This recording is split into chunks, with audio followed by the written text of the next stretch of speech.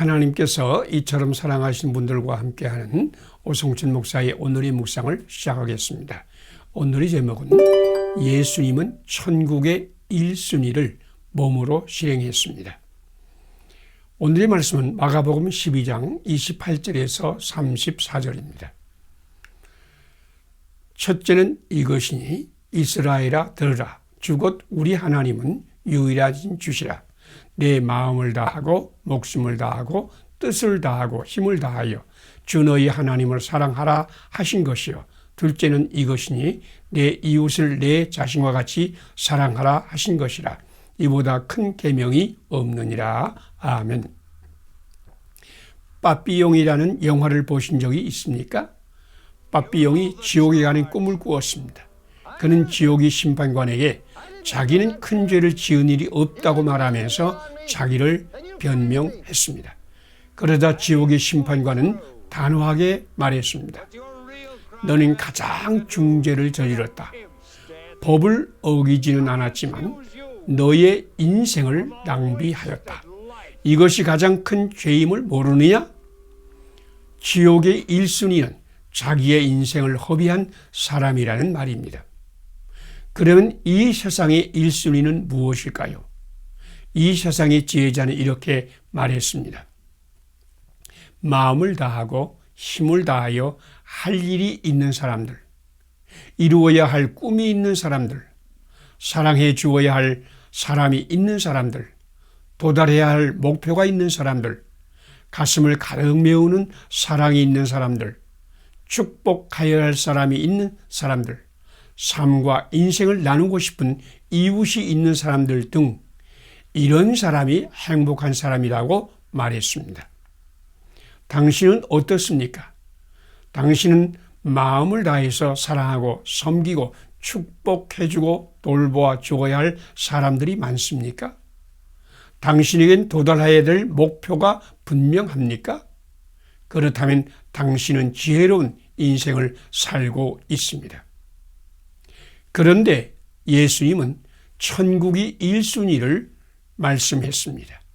마음을 다하고 목숨을 다하고 뜻을 다하여 하나님을 사랑하고 이웃을 자기 몸과 같이 사랑하는 사람이 천국이 1순위라고 말씀했습니다. 첫째는 이것이니 이스라엘아 들으라. 주 곧 우리 하나님은 유일하신 주시라. 내 마음을 다하고 목숨을 다하고 뜻을 다하고 힘을 다하여 주 너희 하나님을 사랑하라 하신 것이요. 둘째는 이것이니 내 이웃을 내 자신과 같이 사랑하라 하신 것이라. 이보다 큰 계명이 없느니라. 아멘. 당신이 오늘 예수님의 말씀을 따라서 마음과 목숨과 뜻과 힘을 다하여 하나님을 사랑하고 자기 자신과 같이 이웃을 사랑하고자 힘쓴다면 성령님께서 당신에게 임하여 사랑과 기쁨과 평안의 열매를 맺게 하고 아름다운 세상을 만드는 데 참여하게 하실 것입니다. 함께 기도드리겠습니다. 하나님과 이웃을 사랑하는 것이 제일 큰 계명이라고 말씀하신 예수님. 오늘 나도 예수님과 함께 가장 큰 계명을 따라 살게 하소서. 나의 인생을 허비한 죄를 용서하소서. 계명을 실행하는 동안에 성령님으로 충만함을 받고 성령님의 열매를 풍성하게 열리게 하소서. 예수님 이름으로 기도드립니다. 아멘. 오늘의 실천사항을 함께 나누겠습니다. 하나님과 이웃을 사랑하는 것이 제일 큰 계명이라고 말씀하신 예수님과 함께 오늘 나도 하나님을 사랑하며 사람을 사랑하며 산다. 나의 인생을 허비한 죄를 회개한다. 사랑의 계명을 실행하는 동안에 성령님으로 충만함을 받고 성령님의 열매를 풍성하게 열린다. 감사합니다. 오늘도 하나님이 함께 하시는 아름다운 날이 되시기를 바랍니다.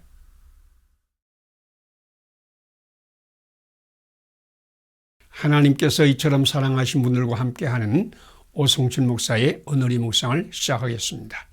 오늘의 제목은 하나님께로부터 난 자만이 사랑할 수 있습니다.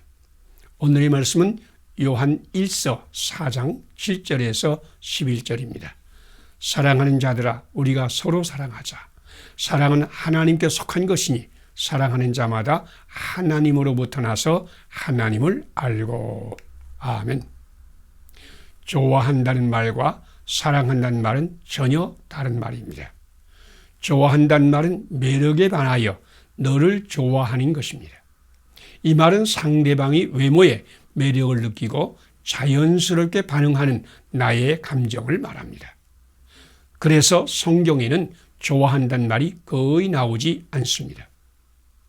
사랑한다는 말은 너의 중심을 보고 너의 축복을 위해서 수고하고 노력하겠다는 인격적인 결단입니다. 좋아함은 자기의 감정에서 나오지만 사랑함은 이웃을 축복하고자 하는 결단에서 나옵니다. 사람은 자기 중심적 존재이기 때문에 진정한 자기를 발견하고 자기를 개발하고 완성하여 뛰어난 자기가 되고자 노력합니다. 사람의 본성은 자기를 위한 존재이며 자기 보존과 안전에 힘쓰며 자기의 영광을 구하고 뛰어난 자기가 되어서 다른 사람의 모범이 되기를 갈망합니다. 그래서 사람은 뛰어난 사람에게 매력을 느끼고 좋아하며 그런 사람을 자기 편으로 만들어 함께 자기들의 유익을 구합니다.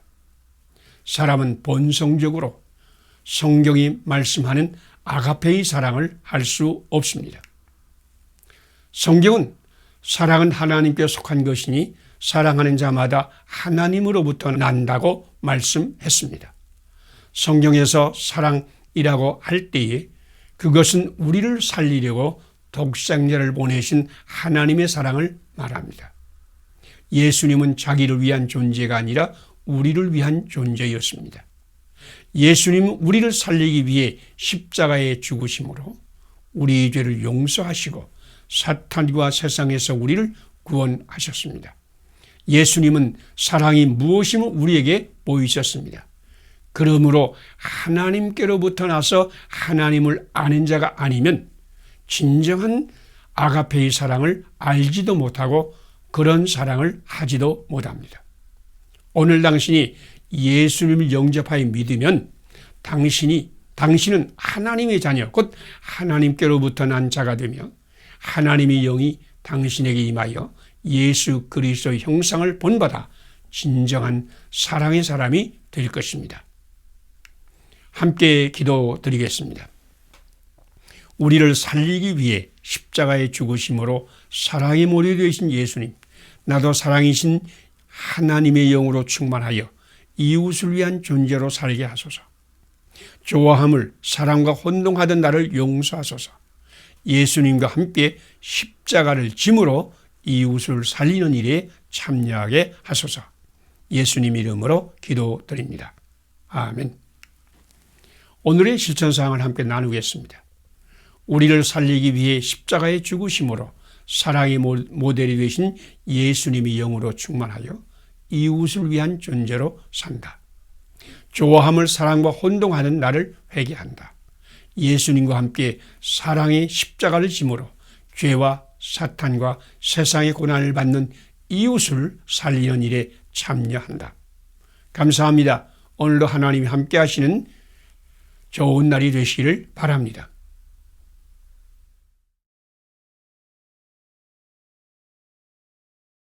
하나님께서 이처럼 사랑하신 분들과 함께하는 오성춘 목사의 오늘의 묵상을 시작하겠습니다. 오늘의 제목은 하나님이 주신 짐을 감사함으로 지는 자는 축복의 사람이 됩니다. 오늘의 말씀은 마태복음 1장 18절에서 25절까지 말씀입니다. 이 모든 일이 된 것은 주께서 선지자로 하신 말씀을 이루려 하심이니 이르시되 보라 처녀가 잉태하여 아들을 낳을 것이요 그의 이름은 임마누엘이라 하리라. 아멘. 순결하고 진실한 마리아와 약혼하여 벅찬 가슴을 안고 결혼 날을 기다리던 요셉에게 이상한 소문이 들려왔습니다. 마리아가 임신하였다는 것입니다. 이 소문을 들었을 때 요셉은 믿을 수가 없어서 직접 만나 진실을 알아보려고 했을 것입니다. 요셉은 허겁지겁 달려가서 마리아를 만났습니다. 그런데 소문이 사실이었습니다. 그때 받았을 요셉이 놀람과 충격과 슬픔은 어떠했을까요? 요셉은 찢어지는 가슴을 안고 하나님, 도대체 살아있습니까? 어떻게 이런 일이 나에게 일어나게 내버려 두십니까? 라고 절규하지 않았을까요? 요셉은 풍습대로 그런 마리아를 대중 앞에 끌어내어 돌로 쳐 죽일 수도 있었으나 의로운 사람이었기 때문에 가만히 파혼하기로 작정하였습니다. 그런데 이 일을 생각할 때에 하나님의 천사가 찾아왔습니다. 생각할 때란 말의 원어는 엔드메덴토스라는 말인데 이 단어는 그 생각이 마음을 지배하여 떠나지 않는다라는 뜻입니다. 요셉은 가만히 끊고자 했지만 마리아가 자기를 배신하고 임신한 것 때문에 오는 분노가 그 마음에서 떠나지 않았다는 것입니다. 그런 요셉에게 천사는 내 아내 마리아 데려오기를 무서워하지 말라. 그가 잉태된 것은 성령으로 된 것이라 라고 말씀하셨습니다. 아직도 분노와 배신감은 떠나지 않았으나 요셉은 천사가 전한 하나님 말씀대로 순종하여 마리아를 데려왔습니다. 요셉은 자기 아기가 아닌 아기를 자기 아기로 삼고 키우기로 작정한 것입니다. 그런데 그 아기가 세상을 구원할 구주가 되셨으며 임마누엘 하나님이 되셨습니다. 요셉은 구세주 예수님의 아버지가 되는 축복을 받았습니다. 당신도 지금 당신이 져야 할 짐이 아닌 다른 사람이 짐을 지고 생고생한다고 불평하고 있지 않습니까? 당신이 요셉과 같이 자기 짐이 아닌 짐을 자기 짐처럼 소중히 여기고 감사하며 지고 간다면 그 짐이 세상을 아름답게 만들 놀라운 기적의 짐으로 변화될 것입니다. 함께 기도드리겠습니다. 가슴이 찢어지는 아픔이 사람 요셉에게 위로와 치료의 천사를 보내신 하나님, 이 땅에 억울함을 당하여 고난받는 모든 이를 위로하고 치료하소서. 내 짐이 아닌 짐이라고 불평하고 원망하던 죄를 용서하소서. 모든 짐을 하나님의 은사로 받고 감사하며 지게 하소서. 예수님 이름으로 기도드립니다. 아멘. 오늘의 실천사항을 함께 나누겠습니다. 가슴이 찢어지는 아픔의 사람 요셉에게 위로와 치료의 천사를 보내신 하나님은 오늘 이 땅에 억울함을 당하여 고난받는 모든 이를 위로하고 치료하실 것을 믿는다. 내 짐이 아닌 짐이라고 불평하고 원망하던 죄를 회개한다. 모든 짐을 하나님의 은사로 받고 감사하며 소중히 여기고 지고 간다. 감사합니다. 오늘도 하나님이 함께 하시는 아름다운 날이 되시기를 바랍니다.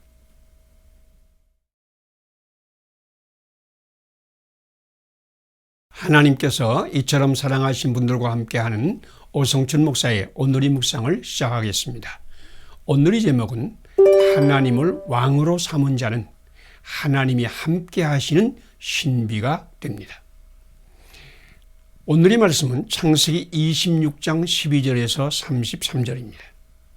그들이 이르되 여호와께서 너와 함께 계심을 우리가 분명히 보았으므로 우리의 사이 곧 우리와 너 사이에 맹세하여 너와 계약을 맺으리라.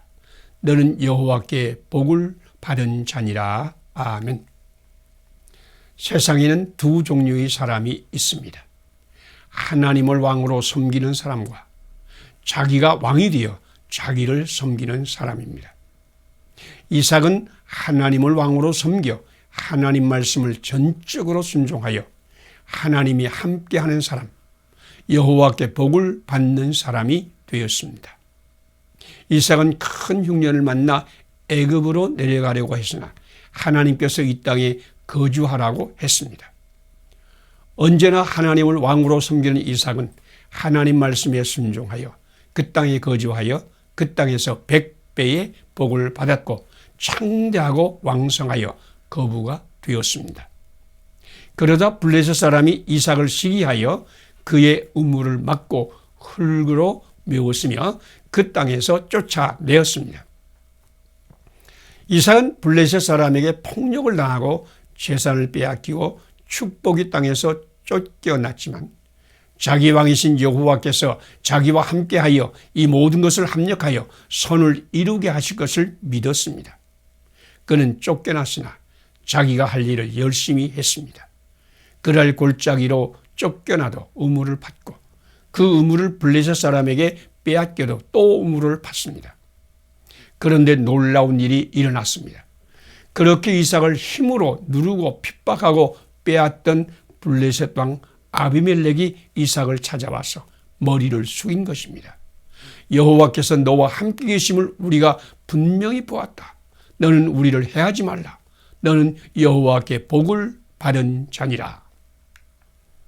자기를 왕으로 삼아서 자기를 섬기는 아비멜렉 왕은 빼앗고 또 빼앗았지만 두려움에 시달렸고 여호와 하나님 왕으로 섬기는 이삭은 핍박을 받으며 빼앗기고 또 빼앗겼지만 더 큰 축복을 받아 블레셋 사람과 왕에게 신비가 되고 두려움이 되었습니다.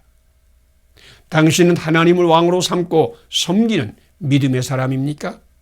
그러면 당신이 어떤 핍박과 환난과 억울함과 부당한 일을 당해도 당신과 함께 하신 하나님께서 이 모든 것을 합력하여 선을 이루어 이삭과 같은 축복의 사람, 신비의 사람이 되게 할 것입니다. 함께 기도드리겠습니다. 어떤 핍박과 환난과 억울한 일과 부당한 일을 당해도 이 모든 것을 합력하여 선을 이루시는 하나님. 나도 이삭과 같이 하나님 왕으로 섬기며 살게 하소서. 핍박하고 괴롭히는 자에게도 하나님이 함께하는 사람의 축복과 신비를 보이는 믿음으로 살게 하소서. 예수님 이름으로 기도드립니다. 아멘. 오늘의 실천사항을 함께 나누겠습니다. 어떤 핍박과 환난과 억울한 일과 부당한 일을 당해도 이 모든 것을 합력하여 선을 이루시는 하나님을 신뢰한다. 나도 이삭과 같이 하나님을 왕으로 섬기며 산다. 핍박하고 괴롭히는 자에게도 하나님이 함께하는 사람의 축복과 신비를 보여주는 믿음의 삶을 산다. 감사합니다. 오늘도 하나님이 함께하시는 축복된 날이 되시기를 바랍니다.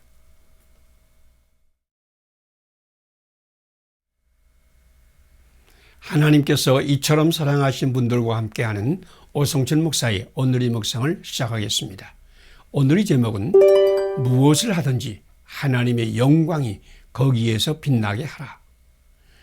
오늘의 말씀은 고린도전서 10장 31절에서 33절입니다.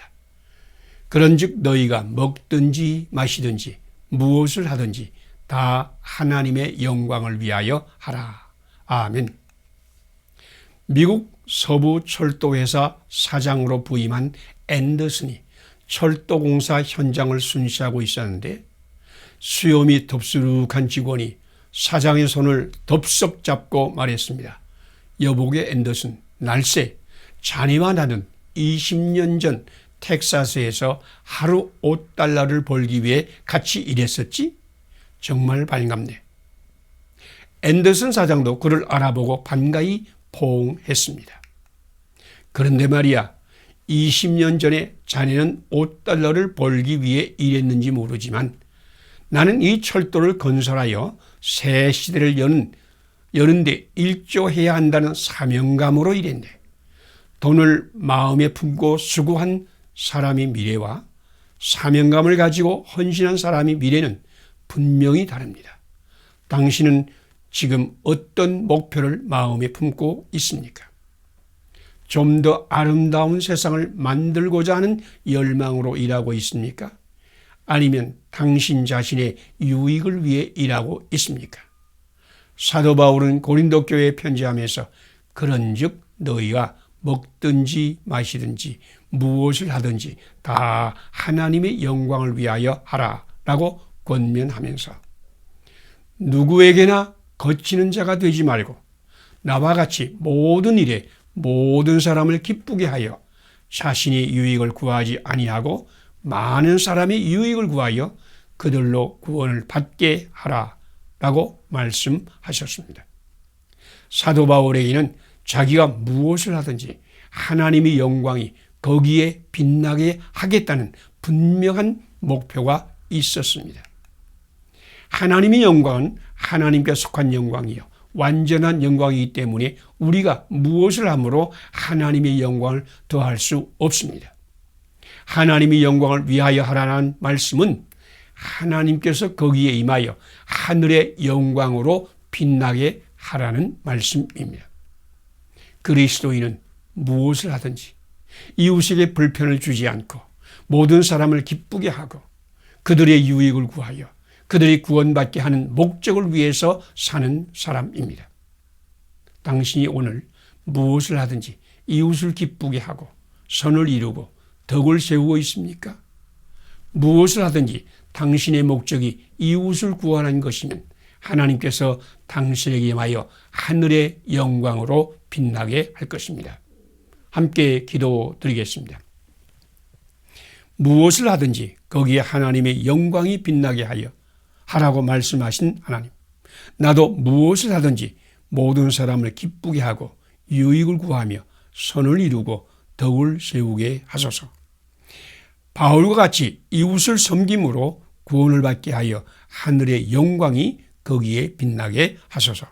예수님 이름으로 기도드립니다. 아멘.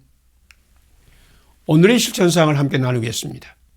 무엇을 하든지 거기에 하나님의 영광이 임하여 빛나게 하라는 하나님 말씀을 순종한다. 나도 무엇을 하든지 모든 사람을 기쁘게 하고 유익을 구하며 선을 이루고 덕을 세운다. 바울과 같이 이웃을 섬김으로 구원을 받게 하여 하늘의 영광이 거기에 빛나게 한다. 감사합니다. 오늘도 하나님이 함께 하시는 아름다운 날이 되시기를 바랍니다.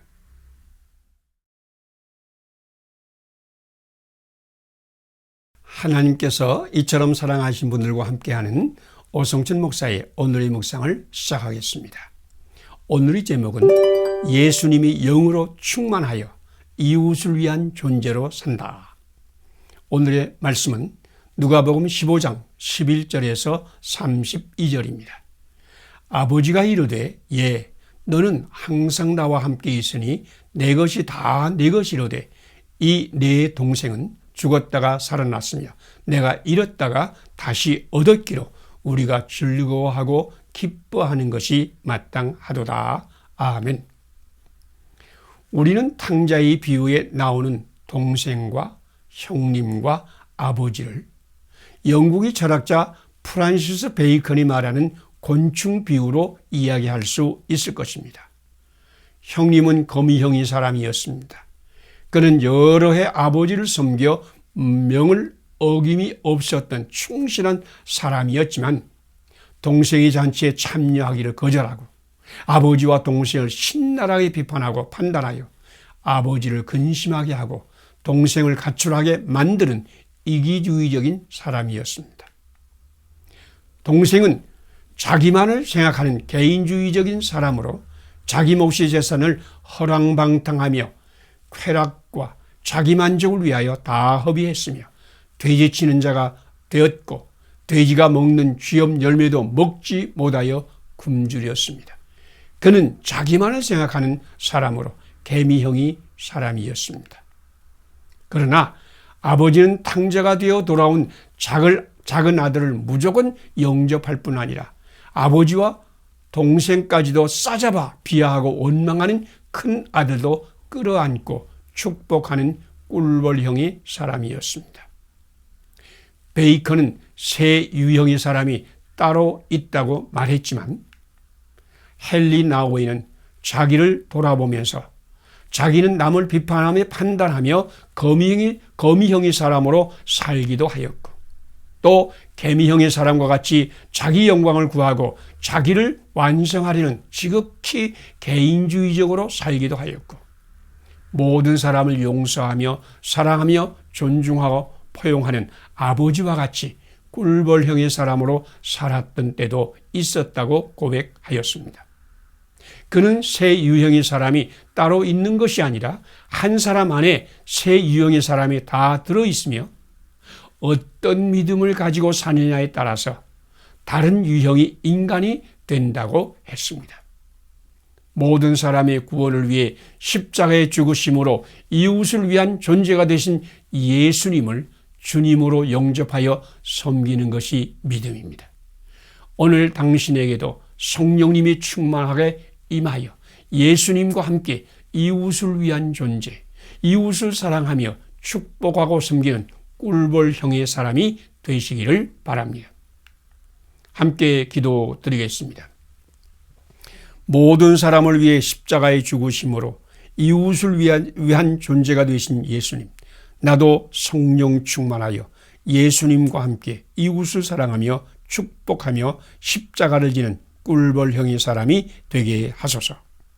거미형의 사람으로 그리고 개미형의 사람으로 살고자 하는 욕망을 물리쳐 주시옵소서. 예수님 이름으로 기도드립니다.